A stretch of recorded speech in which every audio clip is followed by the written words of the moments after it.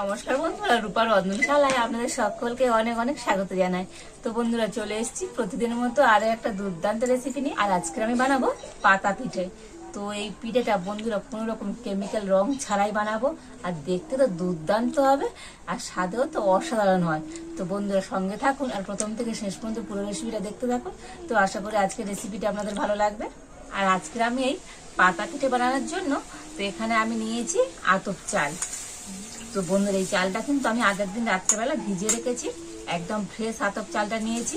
তো আপনারা চাইলে গোবিন্দভোগ চালেও বানাতে পারেন। আর আমি কালকে রাত্রে ভিজিয়ে রেখেছি, আর আপনাদের হাতে যদি সময় কম থাকে তো মোটামুটি 6 থেকে 7 ঘন্টা ভিজিয়ে রাখবেন, তাতে করে হবে। আর আমি এখন চালটা কিন্তু খুব ভালোভাবে ধুয়ে নিয়েছি, আর এটাকে আমি এখন শিলনোড়াতে মিহি করে একদম বেটে নেব।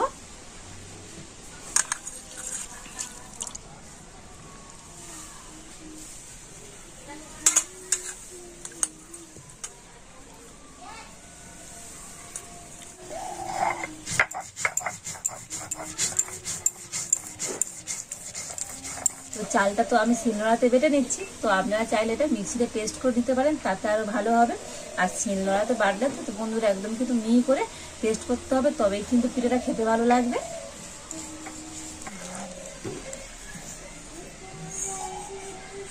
তো দেখুন, সমস্ত আতপ চালটা তো আমি কিন্তু একদম মিহি করে গুঁড়ো করে নিয়েছি।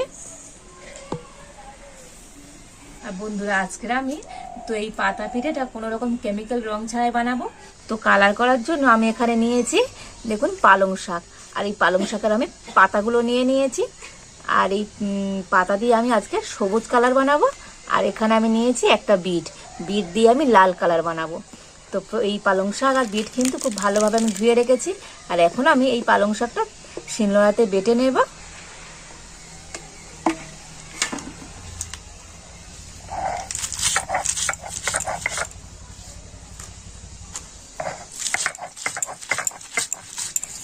তো দেখুন, পালং শাকটা তো আমি বেটে নিয়েছি, আর খুব মিহি করে না বাটলেও হবে। তো যেহেতু আমি এর রসটা নিয়ে নেব, আর এখানে আমি একটা বাটি নিয়েছি, বাটির মধ্যে একটা ছাঁকনি দিয়ে দিয়েছি। আর এখন আমি এই রসটা নিগড়ে নেব।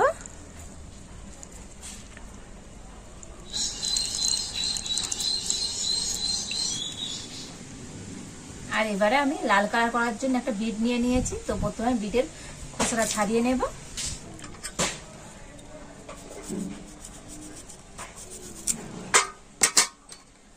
আর বিটটা কিন্তু আমি আগে থেকেই ভালো করে ধুয়ে নিয়েছিলাম।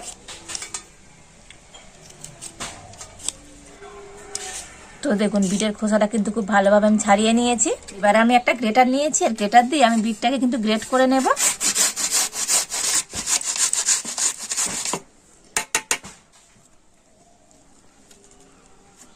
আর এই বিটের রস দিয়ে তো বন্ধুরা দারুণ কিন্তু লাল কালার করা যায়, দুর্দান্ত কালার হয় এই বিটের রস দিয়ে। তো দেখুন, বিটটা আমি গ্রেট করে নিয়েছি। আর এবার আমি এই ছাঁকনি দিয়ে এই রসটা বার করে নেব।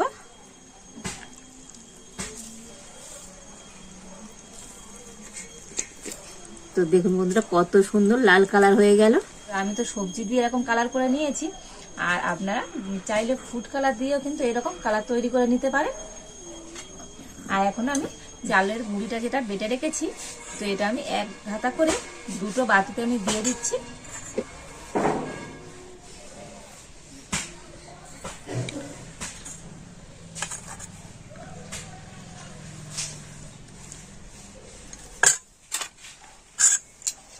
তো এখন আমি ভালোভাবে গুলে নেব।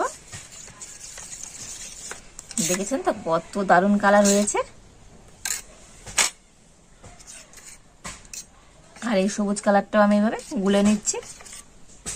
আর এবার আমি প্রত্যেকটা ব্যাটারে অল্প করে লবণ দিয়ে দেব।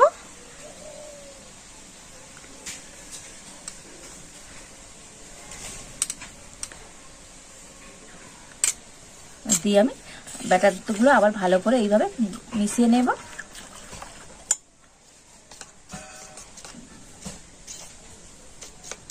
আর আজকে আমি পাতা পিঠের জন্য এখানে নিয়েছি কাঁঠাল পাতা। তো বন্ধুরা, কাঁঠাল পাতাগুলো আমি আগের থেকে জল দিয়ে কিন্তু ভালো করে ধুয়ে আর শুকিয়ে রেখে দিয়েছি। আর আজকে আমি এই কাঁঠাল পাতায় কিন্তু পিঠেটা বানাবো।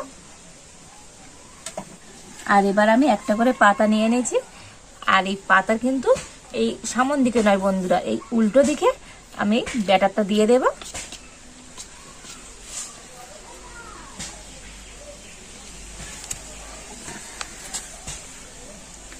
তো বন্ধুরা ব্যাটারটা কিন্তু যেন খুব মোটা না হয়, তাহলে তো পিঠেগুলো মোটা মোটা হবে, খেতে ভালো লাগবে না।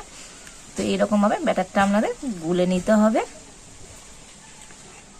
তো দেখুন একটা পাতার উপরে আমি এরকম লাল ব্যাটার দিয়ে দিয়েছি। এখন আমি এরকম একটা জাল নিয়ে নিয়েছি, আর জালের উপরে আমি পাতাগুলো দিয়ে দিচ্ছি। এবারে আমি সবুজ কালারের ব্যাটারটা নিয়ে আরেকটা পাতাতে দিয়ে দিচ্ছি। তো এই একটা পাতা আমি সবুজ কালার করে দিয়েছি।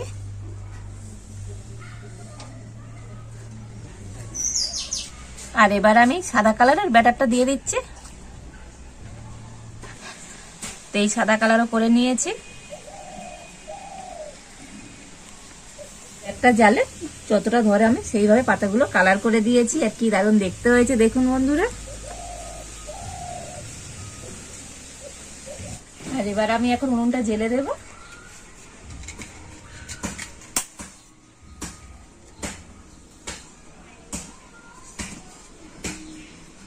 কড়াতে আমি এখন দিয়ে দিচ্ছি জল, আর এখন আমি ঢাকা দিয়ে জলটা কিন্তু খুব ভালো করে গরম করে নেব। আর এবার আমি ঢাকাটা খুলে নেব। আর দেখুন জল কিন্তু খুব ভালো মতো গরম হয়ে গিয়েছে। আর আমি এখন এই পাতা শুদ্ধ জালটা নিয়ে এর উপর দিয়ে দিচ্ছি। আর এবার এখন আমি এটা ঢাকা দিয়ে দিচ্ছি। আর এগুলো কিন্তু ভাপাতে বেশি সময় লাগবে না, মোটামুটি 5 থেকে 7 মিনিট হলেই কিন্তু হয়ে যাবে। আর ততক্ষণে আরো পাতাগুলো আমি রেডি করে নেব। তো প্রায় 6 মিনিট হয়ে গিয়েছে, আর আমি এখন ঢাকাটা খুলে দেখে নেব। তো দেখুন বন্ধুরা এই পিঠেগুলো কিন্তু হয়ে গিয়েছে, আর কালার দেখেছেন তো চেঞ্জ হয়ে গিয়েছে। তো মানে এই পিঠেগুলো কিন্তু আমার একদম রেডি হয়ে গিয়েছে। তো এখন আমি এটা তুলে নেব। আর এখন ওই পাতাগুলো একটা প্লেটে তুলে নিচ্ছি।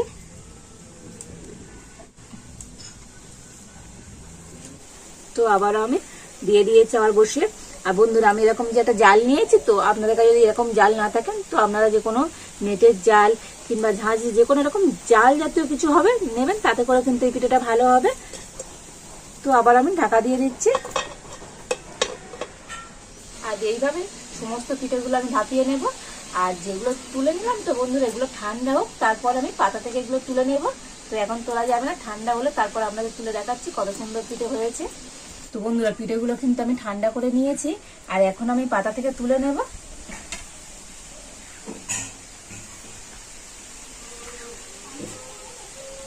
আর দেখুন কত সুন্দরভাবে হয়েছে। আর এগুলো তো ঠান্ডা হলে তো বন্ধুরা এমনি কিন্তু ছেড়ে যাবে দেখুন। আর খুব সাবধানে আস্তে আস্তে কিন্তু এই পাতাগুলো তুলে নিতে হবে এইভাবে।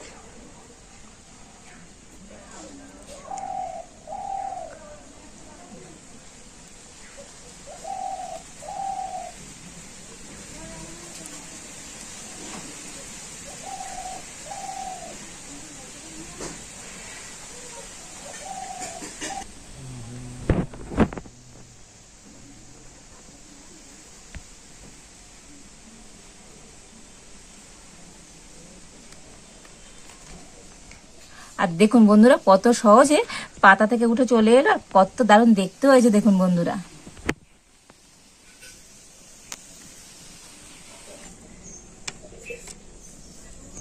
আর এইভাবে সমস্ত পাতা থেকে আমি পিঠেগুলো তুলে নেব। বন্ধুরা সব পাতা থেকে আমি পিঠেগুলো তুলে নিয়েছি, আর কত দারুণ দেখতে হয়েছে দেখুন বন্ধুরা।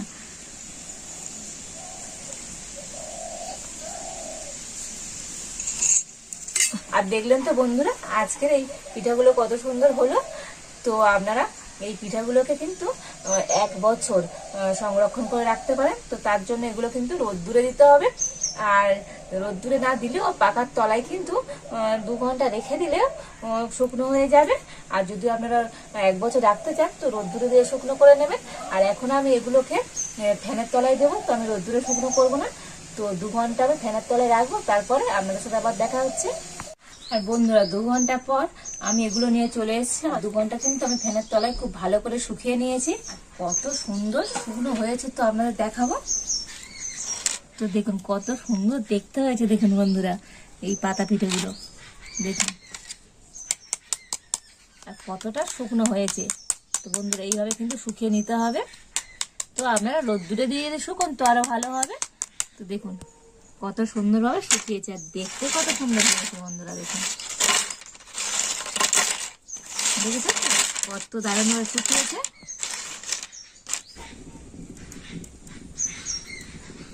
আর এগুলোকে আপনারা পাতা পাঁপড়ও বলতে পারেন। আর এখন আমি এগুলোকে তেলে ভেজে নেব। আর এবার আমি কড়াতে দিয়ে দিচ্ছি সাদা তেল। তো তেল গরম হয়ে গিয়েছে, এখন আমি এগুলো ভেজে নেব।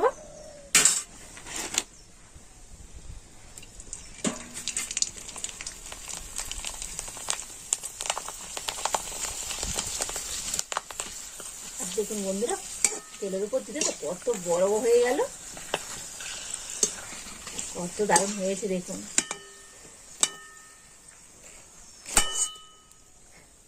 কত সুন্দর হয়েছে বন্ধুরা।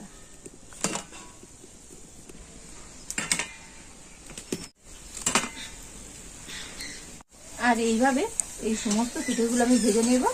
দেখুন এই সমস্ত পাতাগুলো আমি ভেজে নিয়েছি, কত দারুণ দেখতে হয়েছে বন্ধুরা। দেখলেন তো বন্ধুরা কত সুন্দর হয়েছে এগুলো, দেখুন অসাধারণ সুন্দর হয়েছে। আর একটা আপনাদেরকে ভেঙে দেখাচ্ছি, দেখুন দেখেছেন তো বন্ধুরা কত দারুণ হয়েছে।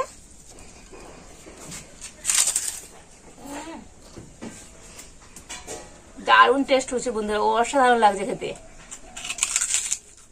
আপনারা বাড়িতে আমার মতো করে এই পাতা ভাজাটা বানাবেন।